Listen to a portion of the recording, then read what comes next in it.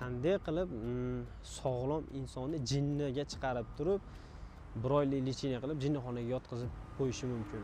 Achinaman degan holati 200 millionlik ma'naviy zarar ekan. Turmush o'rtog'imni 15-aprel kuni ichki ishlar xodimlari olib ketib jinnixonaga tiqishdi. Qaysi rahbar bo'lsa o'zini bilganini qilyapti. Hurmatli mutasaddi tashkilotlar bekorchi bo'lib shu bloger jurnalistlarda qamashdan boshqa ishlari qolmagan bo'lsa, menga aytsalar, men sizlarga ish topib beraman. Hurmatli mutasaddi tashkilotlar, O'zbekistonda bitta qonun chiqmaydimi? Har bitta viloyat, tumanda har xil addeniymi qonunlar. Ayrim rahbarlar kreslosidan qimirlab qoldimi deyman.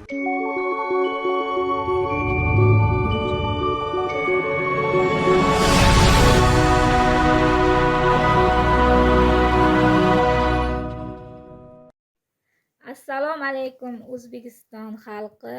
Men bloger Berdiyev Ravshanni oilasi bo'laman. Sizlardan yordam so'rab murojaat qilyapman. Turmush o'rtog'imni 15-aprel kuni ichki ishlar xodimlari olib ketib jinnixonaga tiqishdi. Men 3 ta bolam bilan yolg'iz boquvchisiz qolib ketdim. Shahrisabzdagi adolatsizliklar qachongacha davom etadi? Turmush o'rtog'im bloger Berdiyev Ravshan Shahrisabzdagi mansabdor shaxslarni ish kamchiliklarini ijtimoiy tarmoqda yoritgani uchun mana shunday tazyiqlarga uchrayapti. Sizlardan yordam so'rayman. Assalomu alaykum hurmatli ijtimoiy tarmoq kuzatuvchilari. Ya'ni bugun murojaat kelib tushdi. Qashqadaryo viloyati Shahrisabz shahridagi blogerimizni ayolidan murojaat kelib tushdi. Ayolini aytishi bo'yicha Qashqadaryo viloyati Shahrisabzlik blogerimiz, ya'ni Ravshan Berdiyevni jinnixonaga yotqizildi degan ma'lumotlar keldi. Bu qanchalik to'g'ri? Qanday qilib sog'lom insonni jinniga chiqarib turib, bir oylik lecheniya qilib jinnixonaga yotqizib qo'yishi mumkin. Jinnixonaga yotqizishdan maqsad nima? Yoki juda ko'p tanqid qilib qo'ydimi? Yoki ayrim rahbarlar kreslosidan qimirlab qoldimi deyman. Ravshan Berdiyev jinnixonaga yotqizib qo'ydi. Hurmatli mutasaddi tashkilotlar. Bir qarasa ikkita bloger qamalib ketgan bo'ladi. Bir qarasa faollar sudlanib turgan bo'ladi. Ya'ni bular kim deganda Abdurahmon Tashanov, Inson huquqlari O'zbekiston Respublikasining inson huquqlari ezgulik rahbari. Bunga ma'muriy javobgarlikka tortilgan, ya'ni universitetda domlalari sudga bergan. 200 millionlik ma'naviy zarar. Achinaman degan holati 200 millionlik ma'naviy zarar ekan. Agar misol oddiy fuqaro mana falonchi inson menga achinaman dedi desa,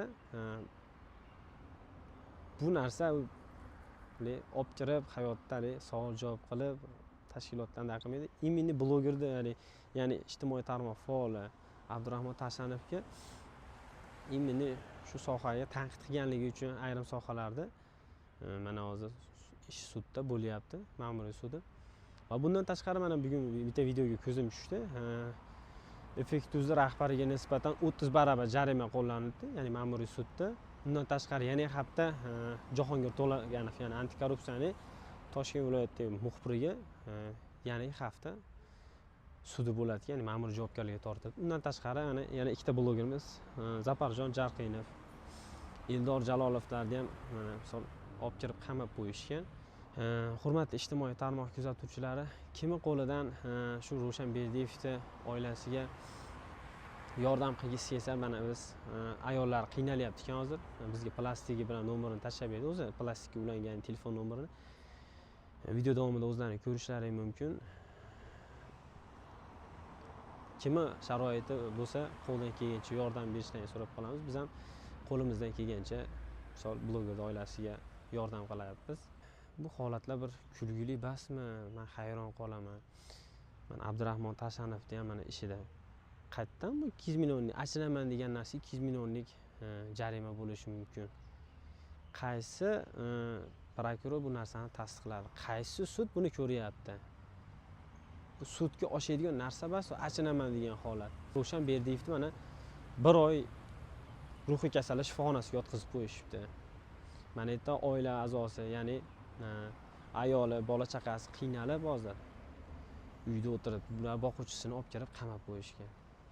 Ravshan Berdiyev, men shuncha videosini kuzatgan bo'lsam, faqat haqiqatni gapirgan, hech kim birorta mutasaddi tashkilotga tuhmat qilgan yo'q, yo qandaydir bir nojo'ya ishi yo'q yoki bir tamagirlik qilmagan, korrupsion holat qilmagan.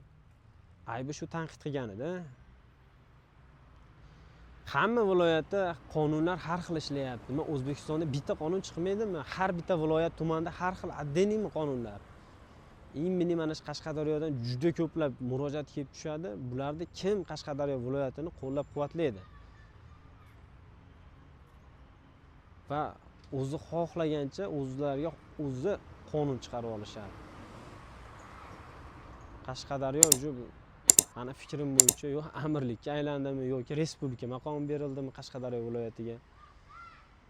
Qaysi rahbar bo'lsa o'zini bilganini qilyapti. Hurmatli mutasaddi tashkilotlar bekorchi bo'lib shu bloger jurnalistlarda qamashdan boshqa ishlaring qolmagan bo'lsa menga aytsangiz men sizlarga ish topib beraman. Hurmatli mutasaddi tashkilotlar va shuncha bo'layotgan turgan ishlar bo'yicha mana shu chiqarilyapti videolar, ya'ni murojaatlar bo'yicha holat yuzasidan rasmiy munosabat kutib qolaman kerakli mutasaddi tashkilotlardan.